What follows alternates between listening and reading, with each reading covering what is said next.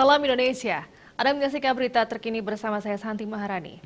Ratusan pengunjuk rasa menggelar aksi protes di luar gedung pengadilan Hong Kong.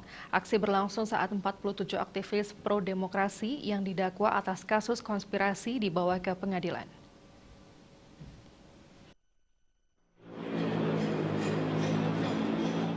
Ratusan pengunjuk rasa berkumpul di luar gedung pengadilan Hong Kong untuk menunjukkan dukungan kepada 47 aktivis pro-demokrasi dan tokoh politik.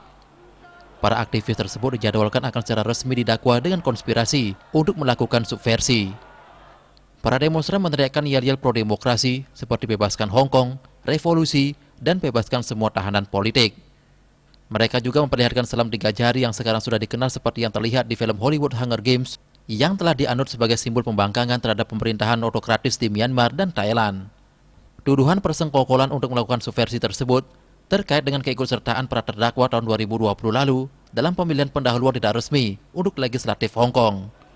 Para aktivis yang ditangkap bulan Februari lalu tetapi dibebaskan, kini telah ditolak jaminannya.